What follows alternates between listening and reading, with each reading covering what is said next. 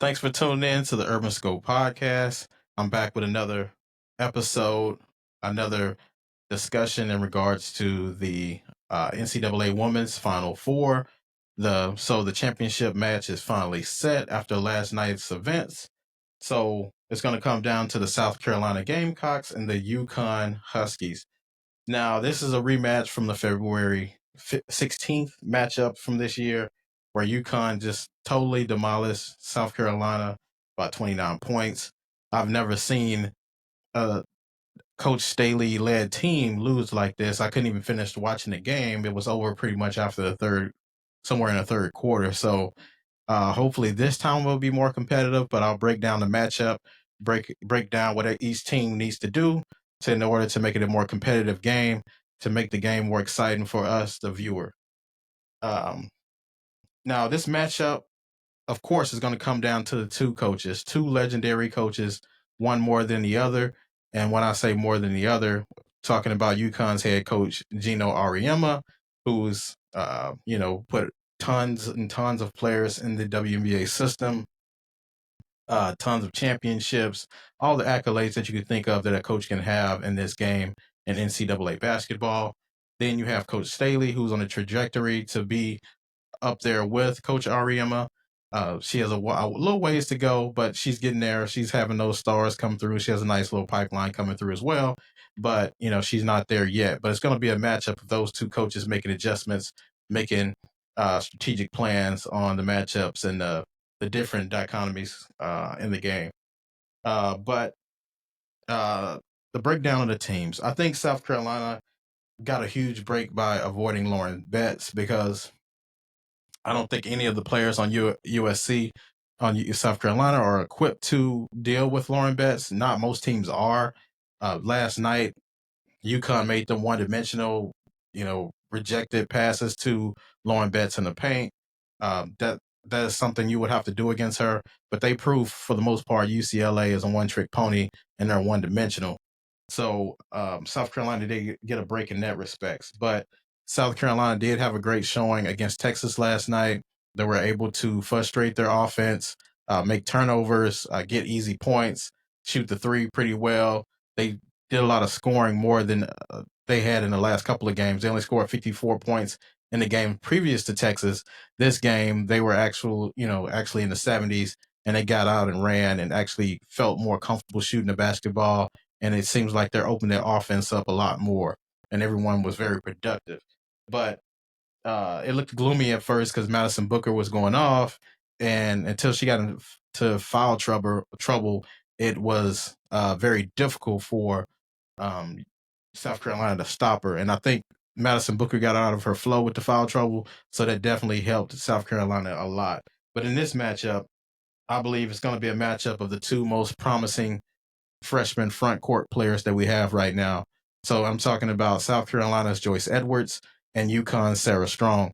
Now, Sarah Strong is more versatile because she can shoot the perimeter shot as well as post up. She can rebound. She can do a little defending. She can do it all. Joyce Edwards is an offensive juggernaut. She showed that against Texas. She showed that all year long. The only thing about Joyce Edwards is actually she doesn't start. Sanaya Fagan actually starts, and she's going to have to be very good in this game as well, especially trying to defend Sarah Strong. But Sarah Strong goes out to the perimeter. That's really not Sanaya Fagan's game. She's more of a traditional post player. I believe Joyce Edwards is a little bit more equipped to defend Sarah Strong on that post. So we'll see if Coach Staley is able to make those adjustments and if she's going to start Joyce Edwards or not. I'm pretty sure she's going to start Fagan, but Edwards would be a good pick as well. Two freshmen against each other, a premier matchup that most of the media outlets are not talking about right now, at least to my knowledge. Tahina Pow is going to be very important for the success of South Carolina in this game. Last game against Texas, she was able to get a shot off. She was able to be more aggressive. She was very aggressive on the defensive end as well. So if you're a WNBA team, you can see that she has that will. She has that pedigree, especially coming from a South Carolina team that's led by Coach Staley. You're going to have to play a little bit of defense, a lot of defense, and you're going to have to be invested on the defensive end, not just the offensive end. But for the past couple of games, Pow has not been looking for a shot as much on the offensive end, and I think it's just scheme mostly, but she can't create her own shot mostly. She mostly gets her shots wide open or off some kind of penetration from another player, and they kick it out to her. But I think eventually she'll figure out how to get her own shot because it'll make her a lot more effective and more useful for her team. Now, as far as the matchups goes, I think the biggest matchup is Paige Beckers. Now, I'm not Coach Staley, but if I was, I would put Raven Johnson on Paige Beckers for the simple fact of just the last year's final. Think about Raven Johnson when she guarded Caitlin Clark. She pretty much held her in check, other than the first quarter, but then they started putting Raven on her. She was getting turnovers, getting steals. She was getting easy layups and points. So Raven Johnson's defense on Paige Beckers will be the key in this game.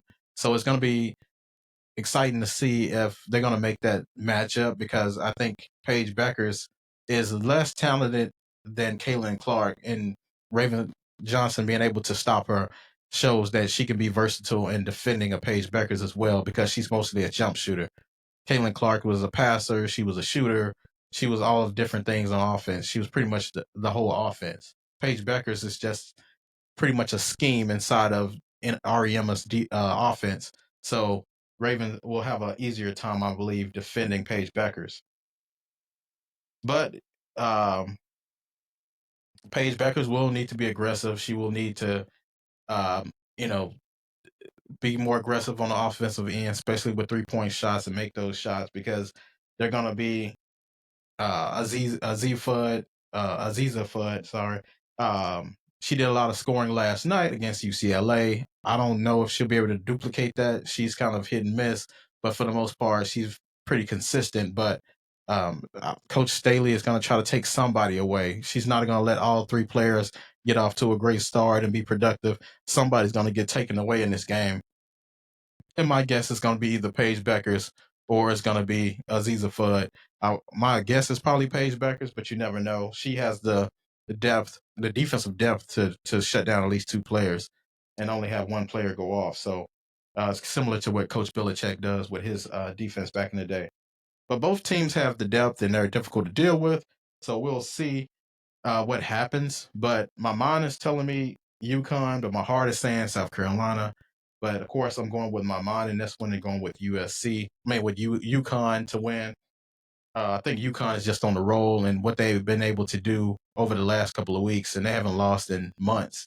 So I think UConn will do a great job, and I think they will be able to pull a tight win out. But if Coach Staley does win this game, we will definitely need to have a discussion about one of the great coaches and discussion about the great coaches of the game, not just in college women's basketball, but men's basketball as well. Uh, the women head coaches are more successful than the men coaches just because of the different competitive factors that's placed. But the women's basketball does have more retention, so it does breed more competitive nature. So I'll cover the finals here on Monday. And until next time, I'll see you next time.